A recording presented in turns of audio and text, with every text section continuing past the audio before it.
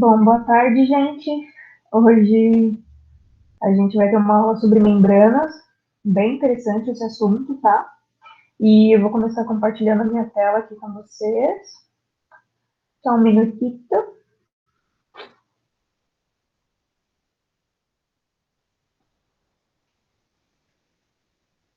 Espero que compartilhe. E da outra vez que eu gravei, não compartilhou. Quer dizer, compartilhou, mas não passou os slides.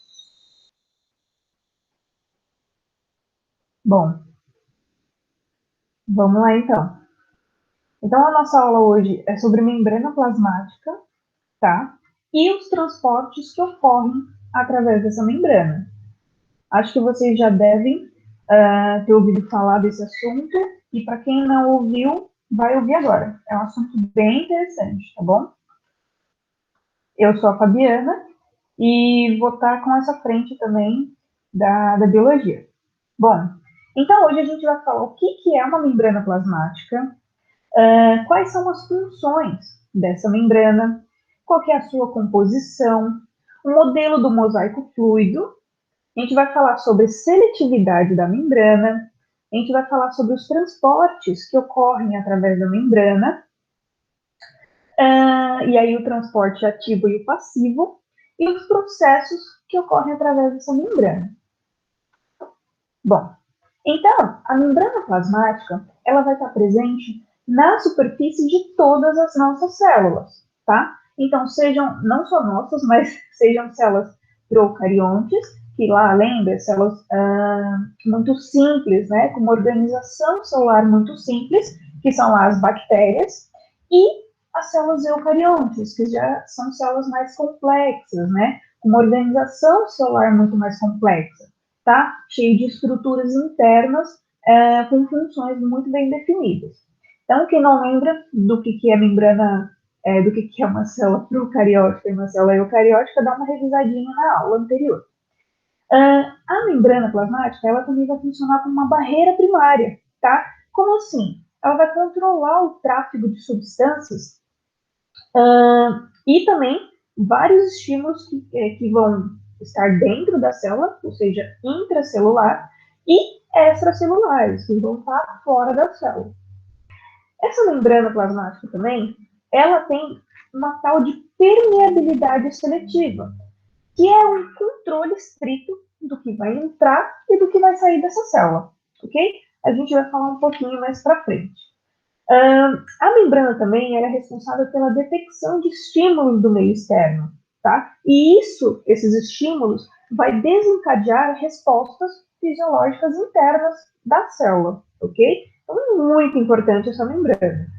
Além disso, essa membrana, ela ancora várias proteínas, tá? E essas proteínas vão atuar no transporte, na recepção de sinais e como elementos estruturais dessa membrana plasmática, tá? A gente vai falar um pouquinho mais daqui para frente.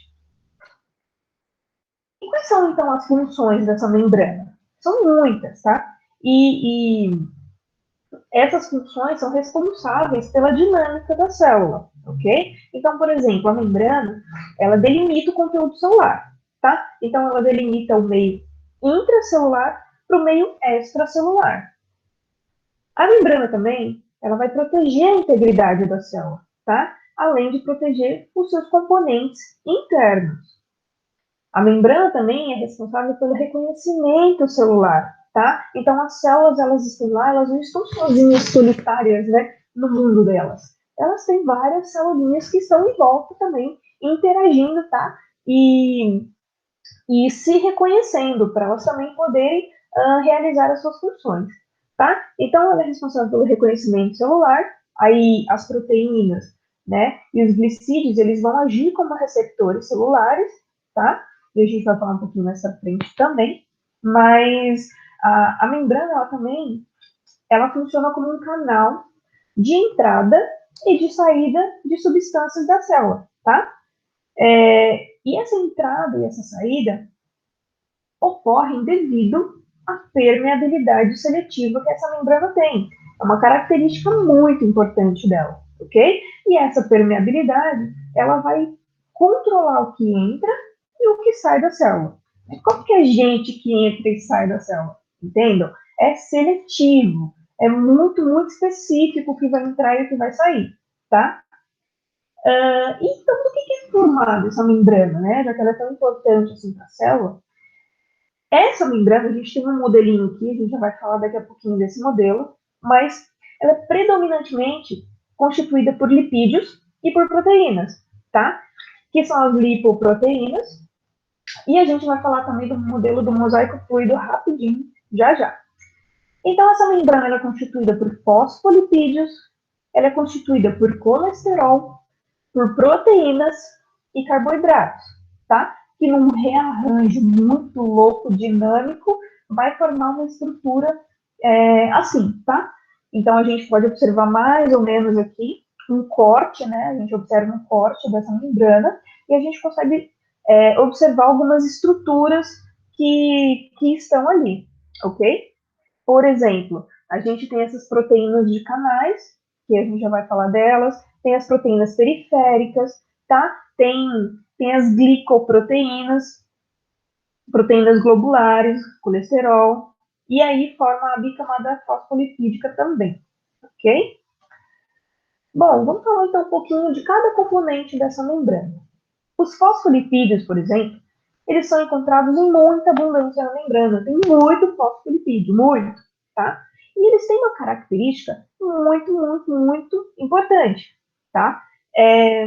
Eles são anfipáticos. Eu não sei se vocês já ouviram falar sobre isso, mas ser anfipático significa que esses fosfolipídios eles vão ter uma porção hidrofílica, que tem muita afinidade com a água, gosta bastante de água, tá? E é a parte da cabeça, que a gente vê aqui nessa imagem, as bolinhas em roxo.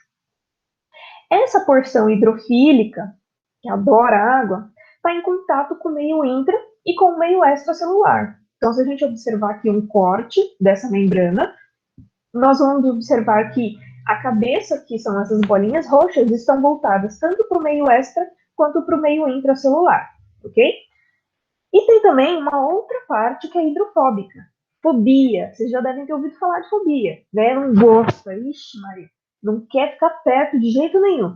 Então elas têm pouquíssima ou quase não tem afinidade com a água, tá? Que é essa parte da cauda, que a gente vê aqui em azul.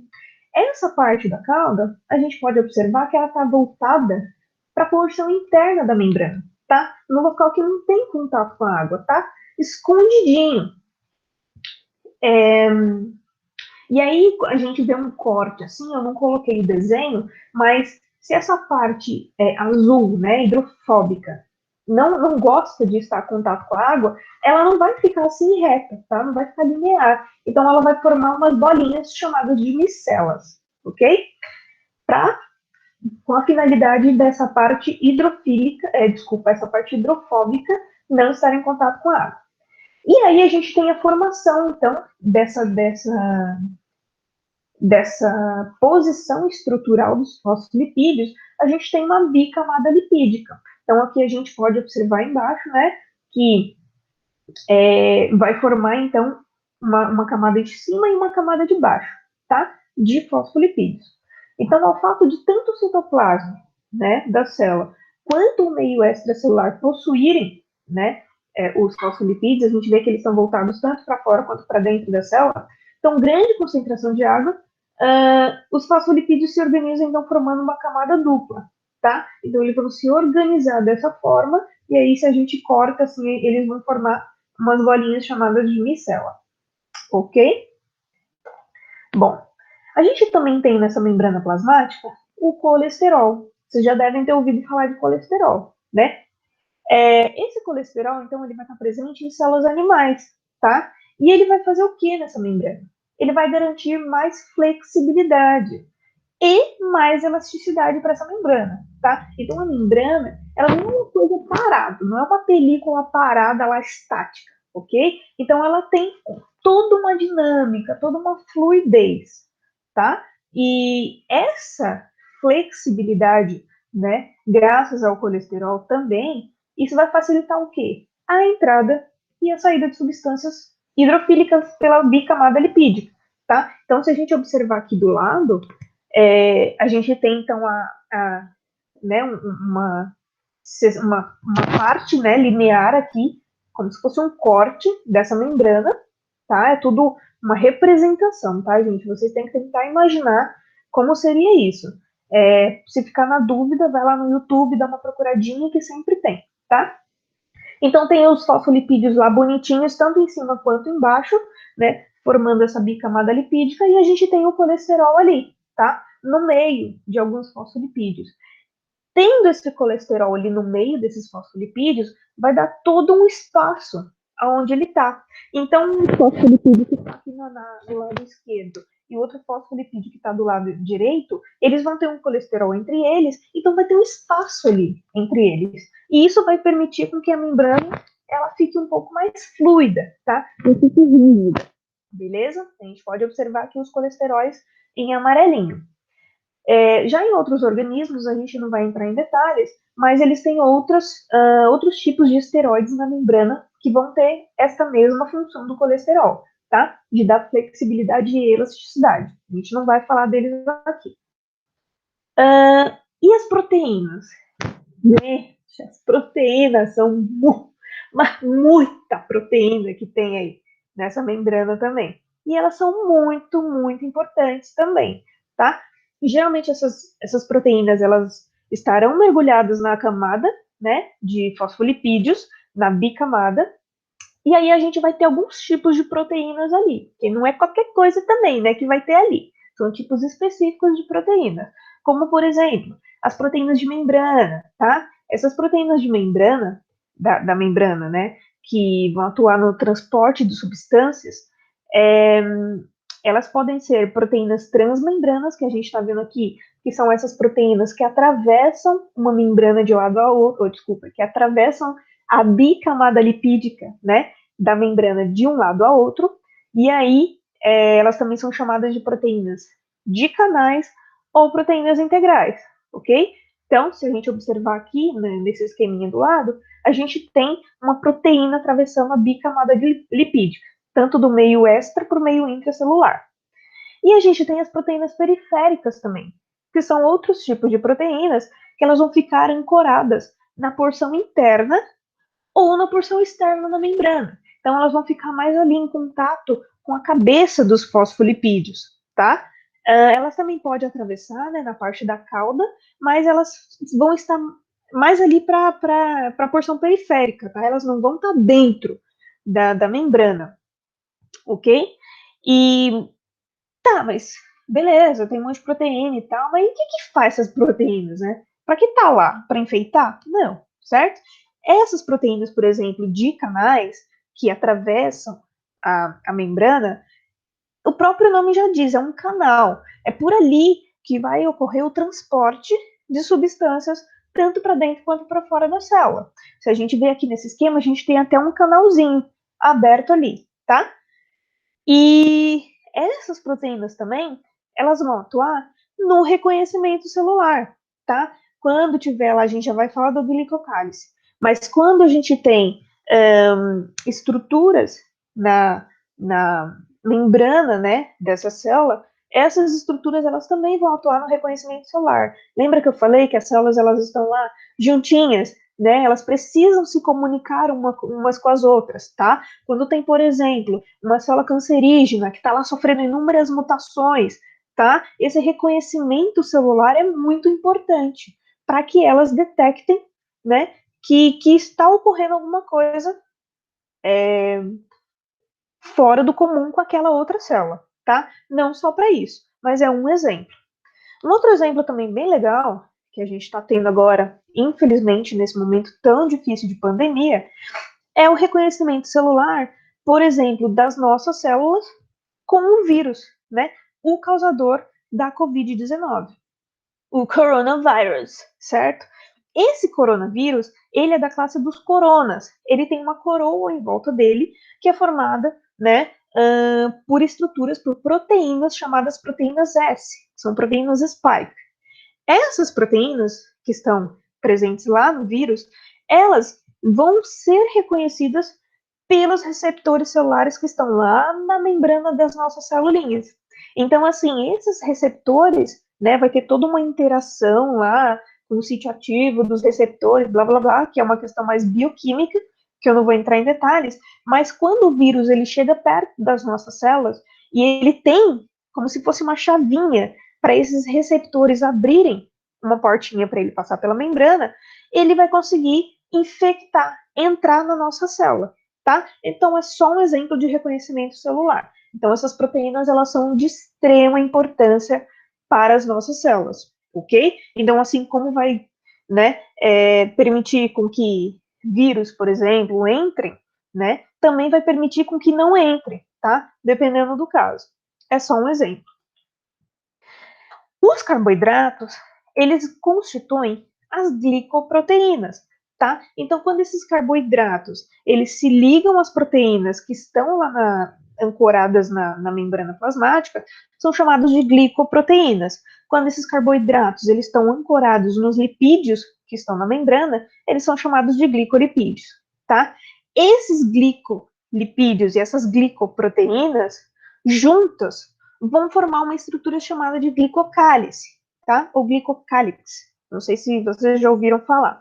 Que é o responsável por esse reconhecimento celular que eu acabei de falar, tá? Então, os carboidratos, eles constituem então, as glicoproteínas, né? Que são os açúcares, ou também chamados de glicídios, ok? Espero que esteja ok até aqui. Se não tiver ok, dá uma pausa no vídeo, vai procurar alguma coisa no YouTube, na internet, para poder, putz, já ouvi falar disso, mas não lembro, tá bom? E esses carboidratos, então, geralmente eles são encontrados na porção da membrana que vai estar em contato com o meio extracelular, ou seja, para a parte de fora da célula, tá? Por exemplo, em células de alguns protozoários e de células animais, a concentração de carboidratos na membrana plasmática vai formar uma camada densa que vai estar depois da membrana, que é o que eu falei que chama glicocálice, tá? Ou glicocálice, tanto faz, glicocálix ou glicocálice, é a mesma coisa, ok? Então essas estruturas todas que eu estou falando aqui são de extrema importância para a dinâmica da célula, tá? E aí, não sei se vocês já ouviram falar, mas tem um modelo, esse modelo que eu acabei de apresentar aqui para vocês, a representação da membrana, é um modelo chamado de modelo do mosaico fluido, tá? Ele tem esta carinha aqui, que eu estou mostrando desde o início, que a gente pode observar as estruturas, né, que é um corte, uma representação de um corte de uma membrana plasmática, e a gente pode ver as proteínas de canais, as periféricas, o glicocálice, tá? E aqui os colesteróis no meio. Então, assim, a gente pode observar algumas estruturas nesse esquema. Esse modelo do mosaico fluido, ele surgiu lá em 1972, por dois pesquisadores. Os caras eram gênios, assim, o Nicholson e o Singer, tá? Eles propuseram, então, um modelo que tinham vários componentes, e esses componentes formavam uma estrutura bem dinâmica e bem complexa. Então, é o que eu falei, a membrana, ela é bem complexa, não é uma coisa parada, tá? Ela não está estática, ela sempre tem uma fluidez, ela tem uma movimentação nela que vai dar toda essa dinâmica para a célula, tá? E aí os componentes da membrana, né, foram observados por esses estudiosos, e os mais importantes são quem? As proteínas, que são as responsáveis pela atividade dessa membrana. Então, são essas proteínas que controlam a entrada e a saída de coisas de dentro para fora e de fora para dentro da célula. Ok? Então, esse modelo do mosaico fluido, ele estabelece o quê? Uma relação entre a estrutura lipoproteica e a flexibilidade e a fluidez da membrana, ok? A membrana plasmática, com todos esses equipamentos, com toda essa dinâmica, flexibilidade, entrando e saindo coisas através dela na célula, ela tem uma característica muito, muito importante, chamada de seletividade. Essa seletividade, então, é a capacidade da membrana em transportar, especificamente, determinadas substâncias, como moléculas ou íons, pequenas moléculas de íons, tá? Então, entra e sai coisas dessa célula através das proteínas, né, tudo, por causa dessa seletividade, tá? E é chamada de seletividade... não, eu ia falar outra coisa, mas eu acabei confundindo, tá? Essa seletividade da membrana. Então, por exemplo, aqui a gente olha do lado, esse esqueminha, a gente tem, então, moléculas hidrofóbicas, lembra lá? Moléculas, né? A parte hidrofóbica lá dos fosfolipídios, que não gosta de água, né? Tá lá, voltada para a parte interna da membrana. Então, essas moléculas hidrofóbicas, elas passam através dessa membrana, tá? Como o O2, o CO2, tá? Hormônios. A gente também tem pequenas moléculas polares, né? Que tem carga. E tem também moléculas apolares, tá? Que vai ter uma carga resultante nula ali. Então, por exemplo, água, ureia, glicerol, ok? E grandes moléculas polares e sem carga também, tá? Como, por exemplo, o glicerol e a sacarose. E a gente tem também íons, como o íon potássio, desculpa, o íon sódio, o cloreto, por exemplo, o magnésio, tá? Íons como esses, eles estão aqui também junto com essas outras moléculas na dinâmica dessa membrana, tá? Então aqui a gente vê que essas duas barrinhas, elas são a representação, tá? Bem simples, muito simples, da nossa membrana, lembrando que a parte externa e interna é constituída pela cabeça dos fosfolipídios e a parte interna pela cauda, ok?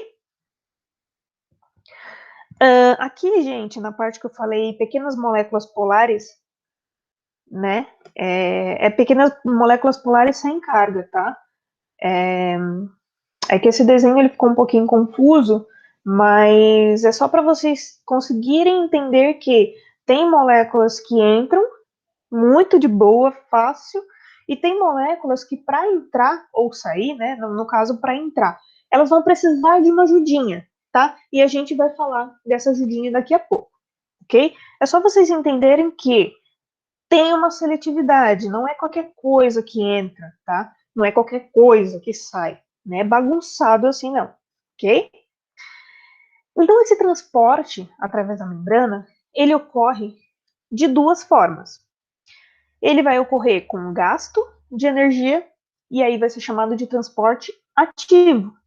E um gasto, e sem gasto de energia, que aí vai ser chamado de transporte passivo, tá? Então, por exemplo, o transporte ativo, que requer o gasto de energia, ocorre o transporte de substâncias do local de menor concentração para o local de maior concentração. Ou seja, ele vai contra um gradiente de concentração, tá? E o transporte passivo, ele não tem gasto de energia, né? Então ele vai ocorrer por simples difusão, por difusão facilitada ou por um processo que vocês já devem ter ouvido chamado de osmose, tá? Então a substância ela passa de uma região onde ela está mais concentrada para uma região onde ela está menos concentrada, tá? E aí a gente vai falar se é de substâncias, né, ou de água, tá? Então, por exemplo, o transporte passivo, que ele não tem gasto de energia, né, não tem um gasto energético para que ocorra, ele ocorre de três formas. Ou ele vai ocorrer por simples difusão, que são partículas como o O2 e o CO2 que vão passar através da membrana plasmática, ou seja, vai ser a favor do gradiente de concentração, tá? E essas substâncias, essas partículas, elas vão passar através de poros, tá? Entre os fosfolipídios. Então, vai passar lá, lembra que tem o colesterolzinho, fazendo toda uma brechinha, pode passar por lá também, tá? E tem a difusão facilitada. Facilitada porque alguém facilitou o transporte dessas substâncias para dentro da célula, tá? Então, por exemplo, as moléculas, elas vão precisar do auxílio de proteínas, que são quem facilitam esse processo de transporte, para fazer com que as substâncias entrem ou saiam da célula, ok? E a gente tem a osmose, gente. A osmose é o transporte de água pela membrana, tá? E esse transporte de água, ele ocorre através de canais proteicos, ok? Que são chamados de porinas. São proteínas, são chamadas de porinas. Então, a água, no caso da osmose, ela vai do meio menos concentrado para o mais concentrado, ok? Aí a gente tem aqui uns esquemas, só para não ficar muito vago, ai meu Deus, do meio menos concentrado, mais concentrado, não estou entendendo lufas, né? Então, quando a gente desenha, a gente consegue entender um pouquinho, né? Tem gente que não, que nem desenhando entende, mas aí a gente vai no vídeo, vai na fé, né? E a gente consegue uma hora entender, fica tranquilo, tá? Então aqui a gente tem um exemplo da osmose. Então, a osmose é o movimento, né, da água. A água, então, ela vai do meio menos concentrado para o meio mais concentrado. Então, a gente observa aqui que nesse lado esquerdo a gente tem uma concentração grande, né, de bolinhas que estão representando bolinhas de água, tá? E aqui do outro lado, do lado direito, a gente tem menos água. Então, onde tem mais água é onde vai ser o fluxo das moléculas de água do outro lado. Então, aqui no meio, essa linha é uma membrana semipermeável, então essa água ela vai passar do meio menos para o meio mais concentrado, na osmose. Já na difusão simples, a gente vê aqui que a gente tem uma membrana, também aqui representada por esses pontinhos, né, no meio, uma membrana semipermeável, e o soluto, ele vai passar do meio mais concentrado para o meio menos concentrado, ok? Então, a gente pode ver aqui que do lado direito a gente já vê que as bolinhas já estão, como se diz, espalhadas mais uniformemente, né?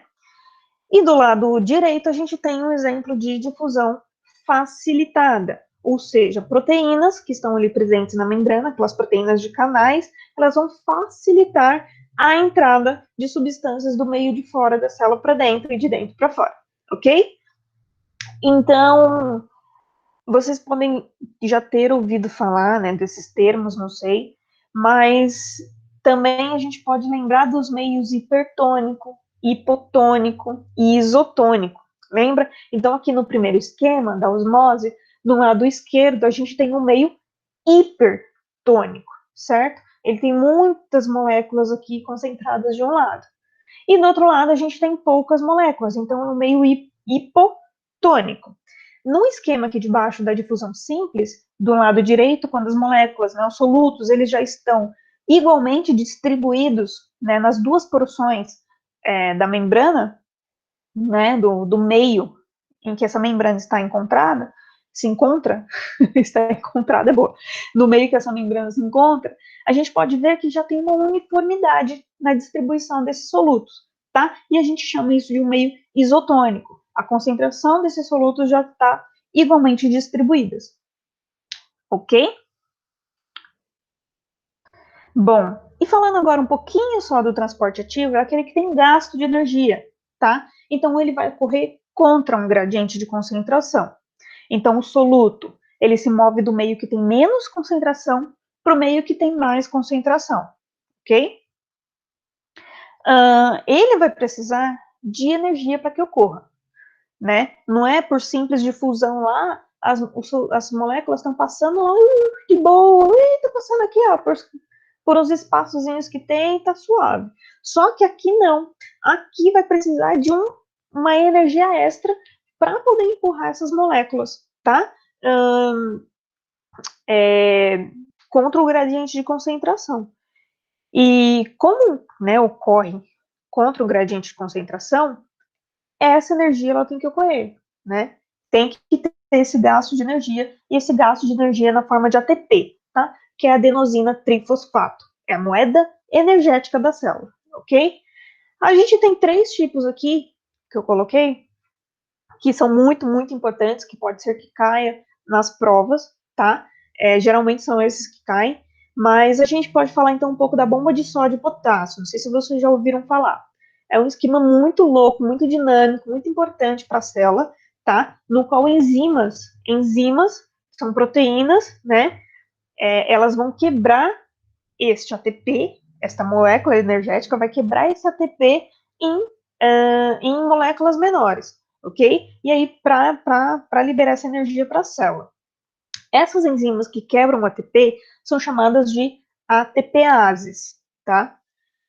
Essas enzimas, então, elas atuam como bombas, né, que vão dar impulso a moléculas de sódio e de potássio contra um gradiente de concentração. Então, por exemplo, a concentração do sódio ela é menor dentro da célula. Então, no meio extracelular, tem mais sódio. A bomba, essa bomba, então, ela vai jogar o sódio para fora e vai trazer para dentro o potássio da célula, tá? Essa dinâmica de joga sódio, traz potássio, tá? Para tentar, né, equilibrar a concentração desses íons, né, vai auxiliar no equilíbrio osmótico, por exemplo. E também vai determinar o quê? O potencial elétrico. E esse potencial elétrico facilita o impulso nervoso, tá? Por exemplo, nas nossas células neuronais, lá os nossos neurônios, isso é muito, muito importante, ok? Outro processo também ativo, né, e muito, não mais importante, né, nessa membrana, é a endocitose e a exocitose, ok? Esses dois processos, eles vão alterar a conformação da membrana plasmática, tá? Para quê? Ou para secretar, ou para absorver moléculas grandes dessa molécula, ou desta célula, ok? Então, por exemplo, a endocitose ocorre, então, a absorção de moléculas grandes, do meio de fora para a célula, do meio de fora da célula, que é o meio extracelular, para o meio intracelular. E vai ter o quê? A emissão de pseudópodes, tá? Tá. Por exemplo, então, esses processos que alteram, então, o formato da membrana plasmática, eles vão ser responsáveis por liberar ou por trazer para dentro da célula substâncias grandes, tá? Moléculas grandes. Então, a endocitose, por exemplo, que eu falei um pouquinho já, a célula absorve, através da membrana plasmática, moléculas grandes do meio extracelular para o meio intra, que são os pseudópodes. Então, ocorre toda uma conformação ali, toda uma alteração, né, na verdade, estrutural das proteínas que estão ali na membrana, e isso vai formar como se fossem pés, tá? Pseudo é falso, tá? E pods vem de pés. Então, falsos pés que vai engolfar, vai pegar aquela molécula grande que está no meio extracelular para poder trazer para dentro da célula. Então, a célula faz isso, por exemplo, para poder se alimentar. Por exemplo, uma ameba. Uma ameba, ela se alimenta através de um processo de endocitose, né? Como, por exemplo, a fagocitose, tá? Então, a fagocitose, fago, vem de comer, tá? Então, moléculas grandes, sólidas, elas são fagocitadas. Então, eu podia ter colocado aqui uma imagem, mas nem lembrei, tá? Mas qualquer coisa vocês colocam aí no YouTube ou na internet, mesmo qualquer site, fagocitose, tá? Vídeo. Então, vocês geralmente vão ver uma amebinha emitindo os pseudópodes, abraçando essa molécula e trazendo ela para dentro da célula, tá? Quando ocorre, então, a fagocitose, vai formar o fagossomo, tá? Que são vesículas que contêm essas moléculas grandes. Dentro dessas vesículas tem enzimas digestivas que vão quebrar toda essa molécula para a célula poder absorver isso como alimento, tá? Ou como produto para alguma coisa que a célula precisa fazer. E tem outro processo de endocitose também, que é a pinocitose. A pinocitose, diferentemente da fagocitose, é o englobamento de moléculas líquidas, tá? Só que na pinocitose não vai formar pseudópodes. O que vai acontecer? A membrana plasmática, ela vai invaginar para dentro, tá? Invaginação é para dentro.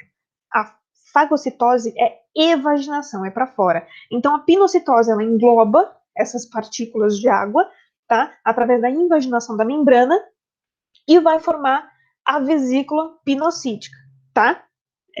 O pinossomo. E tem também o processo de exocitose. O processo de exocitose, exo, é sair, certo? Vai ocorrer a secreção de partículas que foram empacotadas em vesículas lá com composição muito semelhante à da membrana. Para quê? Para quando essa molécula sair de dentro da célula, a membrana plasmática dessa vesícula se funde à membrana plasmática. E aí esse material consegue extravasar da célula, ok? Consegue sair dessa célula.